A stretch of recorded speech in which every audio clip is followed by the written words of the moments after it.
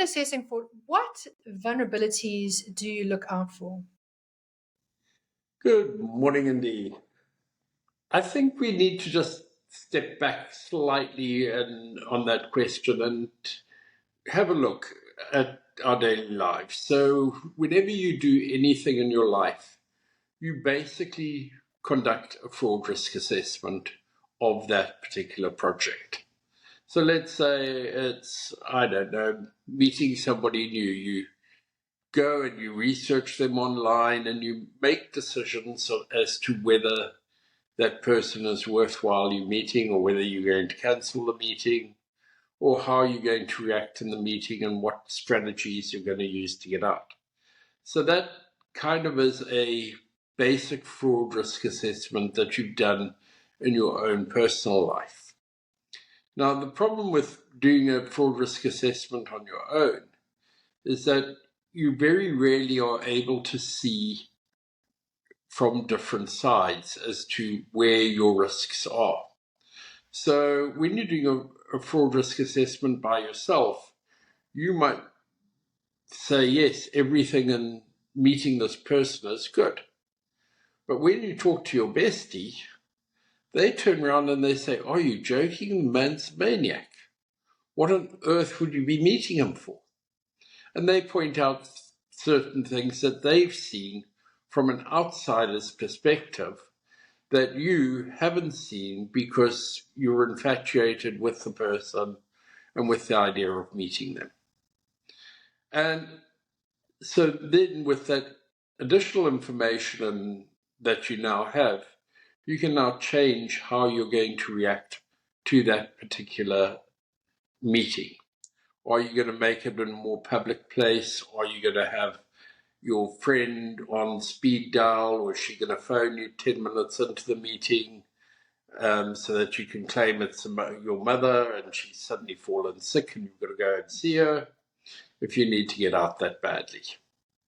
And so that's kind of how a fraud risk assessment works. Now, in a business context, it's exactly the same. When we're running a business, we are blind. We see some fraud and we see some risks that are involved in our company. We know that a client could go bad. We know that an employee could steal. We know that cash could go missing. We know all of these things that happen in our business. We might lose stock. What are the things that we might do? And we put in controls to counter those measures. But the problem is that we're looking at it as you would be sitting on your own looking at a date. You only see certain things. You don't see a bigger picture. I'll give you a really great example. We had a company that we did a fraud risk assessment for. And one of the things that is prime in any type of fraud is management fraud. So one of your senior people getting involved in a fraudulent transaction, whether it be stealing money, procurement fraud, whether it be financial statement fraud, any of these can occur and normally occur at the really high levels of management. But they were so blinded to the fact that their management was absolutely clean that they refused to even contemplate in their internal fraud risk assessment that perhaps something could go horribly wrong at the management level. And therefore they had no compensating controls in place to stop management from actually stealing. And that, or from falsifying the numbers in the books, or whatever it happened to be that management were doing. And because of that, they had a gaping hole in their risk assessment.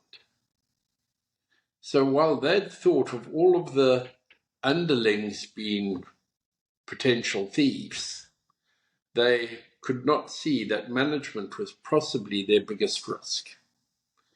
And that is kind of what we look for in fraud risk assessments, is where are the biggest risks, what controls are currently in place in order to mitigate those risks, And if we haven't got controls to mitigate the risk, what controls should be put in place in order to mitigate the risk? So that's so interesting, Dave. I mean, are there any common misconceptions that people have around fraud risk assessments? Well, people think that fraud risk assessments are there to find the obvious fraud. No, they're not. They're there to identify areas of your business which may be susceptible to fraud. So when we start off a fraud risk assessment, what we say is, with no controls whatsoever, what are the risks that are in your business? So let's say you're a business which takes a lot of cash. You would then have, your biggest risk would be somebody walking out after the shift with all of the cash. What are your mitigating factors that you put in place? You put cameras in place. You get the money handed over to a second person who does the count. You have different ways of pushing the money through to the back office so that it isn't lost. And all of these controls that we put in place then mitigate the amount that somebody might steal. So you might have a store which does, I don't know, let's say $100,000 a day in cash. You might say after every 10,000, that cash has to be transferred to the back office. And that way you're mitigating the amount of risk that somebody coming in would be able to steal from the tellers who are operating their cash registers at the time. So that's kind of what we do and what we're looking for. And are there any internal blind spots that you find are quite common in businesses? The blind spot I mentioned earlier about management is probably one of the biggest ones, that people never believe that management could rip off their own company. And yet it happens far too often. We see it happening all the time, and the biggest frauds are created by management. Most frauds are not created by management, but the big ones are. And that's because they have access to ways of stealing money.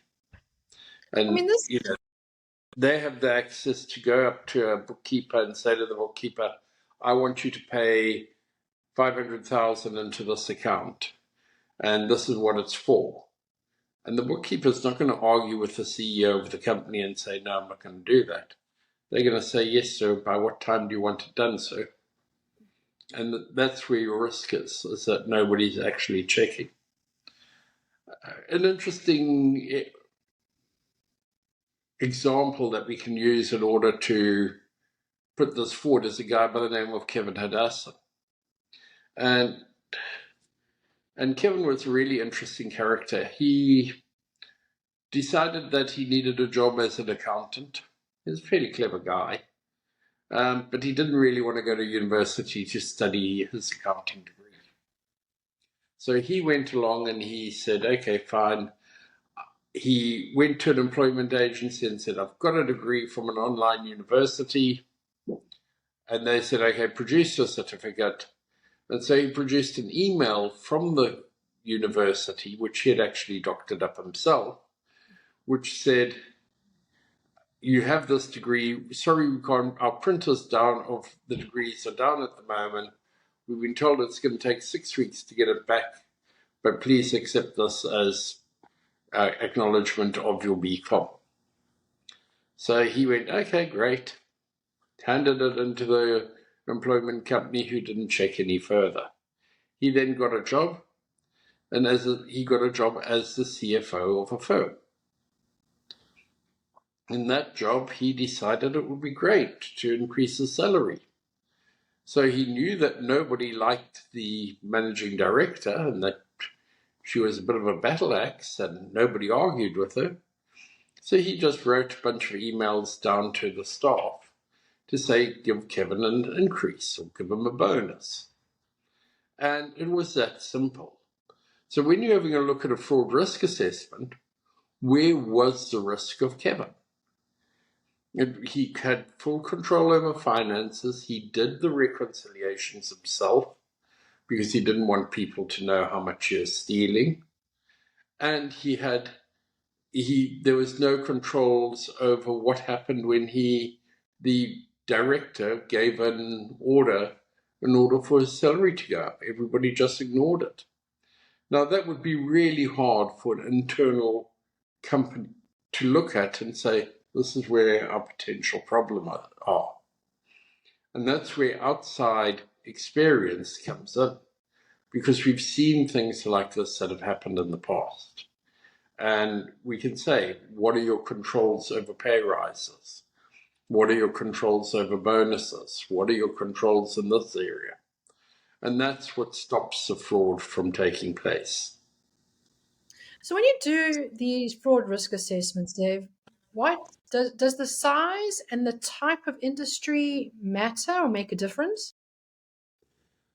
Obviously, the bigger the firm, the more risks there are. But smaller firms have different types of risks, which are often more serious. So in a big firm, you have a lot of segregation of duties.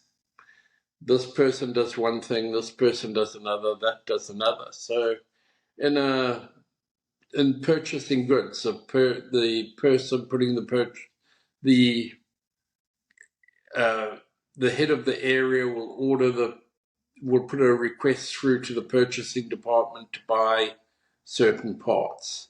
When those parts are shipped in, they'll be received by a receiving clerk. When the receiving clerk will then fill in all the paperwork, it will then go to an accountant who will then pay the invoice. So you've got 4 different people involved in the transaction.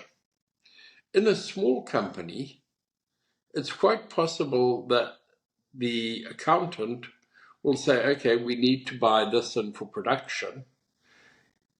He will actually go down to the receiving deck and actually receive the product, and he'll make payment. And you say, well, what's wrong with that? And you say, well, there's no controls. He would be able to say, we're buying this product for $20,000. He can sign the product in even though it never arrives, and he can make payment to himself. So when you have a look at that, that's kind of how fraud risk assessments manage to stop fraud from taking place. Have you ever done a fraud risk assessment and actually uncovered fraud? Oh, it happens all the time. It's honestly quite scary when people suddenly wake up to the fact that the purchasing manager has no controls over him. And somebody looks and says, we're a little bit concerned. We did a fraud risk assessment for a company, must be 15 years ago now, a transport company. And it was really interesting because we were sitting there and they were explaining their procurement process on a certain set of items that they were procuring. And they gave us it must have been an hour presentation on how why there was nothing wrong in the procurement system and why they needed to procure in this way. And we had a look and we started doing some numbers, and pretty quickly we came up with, just makes absolutely no sense. No matter which way we try to slice and dice it, it made no sense whatsoever. And from that, this asked us to investigate to see if it was a problem, and we worked out that there was a $20 million problem. So $20 million. from them thinking that they didn't have a problem to a $20 million problem. That's crazy. So, I mean, best case scenario, somebody hires you guys and you do a fraud risk assessment and nothing comes up, but they are at least secured until, the rest of time. Well, Worst case not to the scenario, rest of time, but or the time. basically what we're doing is we're saying, do you have controls in place that will enable you to be able to have a stronger chance of protecting yourself against a fraudulent action? You, again, it is not a panacea for all types of fraud. And that if somebody's stealing, they'll be having a look to see how they can get around controls. And as many controls as you put in, if somebody's determined with a bit of collusion, most controls can be broken. And so, yes, you are trying to build a platform where people can't steal. But on the other hand, you're sitting in an area where if somebody really wants to steal, they're going to. And regardless of the controls you have in place, the only hope you've got is that the controls you have in place stop the fraud before it goes too large. So that's quite is family owned businesses, because it's quite a difficult thing to kind of say, you want to get a fraud risk assessment, but you don't want to upset your father-in-law or your brother or whoever you work with. Do you have any insights on how to deal with such delicate matters?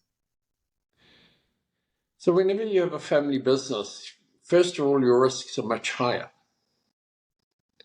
because you have your brother-in-law running the company, or you have your sister running the company, or your brother running the company.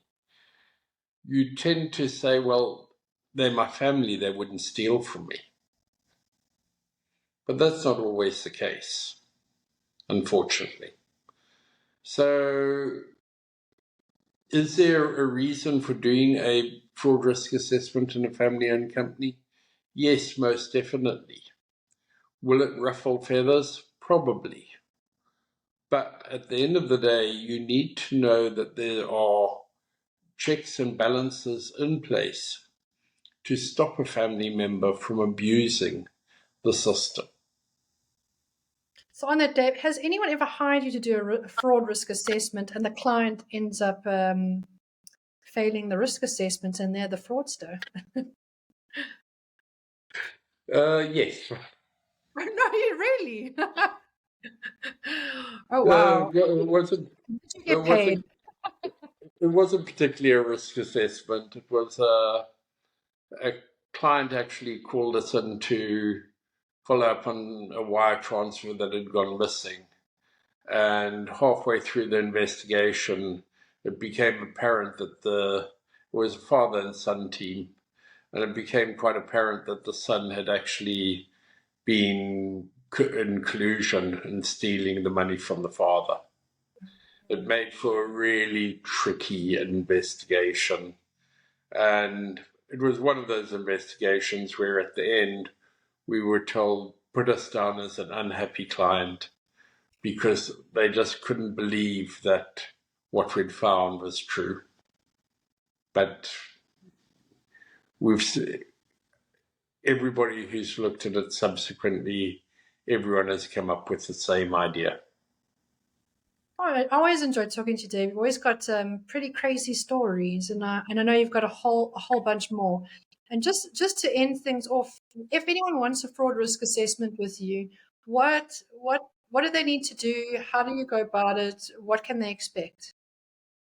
Well, the first thing is to reach out on the phone and give us a call. And we'll set up a time to come and meet, go through the basics of what a fraud risk assessment would be, analyze the company and see what size, how many divisions, whether it's a single store, whether it be somewhere where there's 20 or 30 areas of manufacture spread out over the world. All of them need to have a fraud risk assessment done at some point. Whether you're a mom and pop or you're Apple, you still need to do a fraud risk.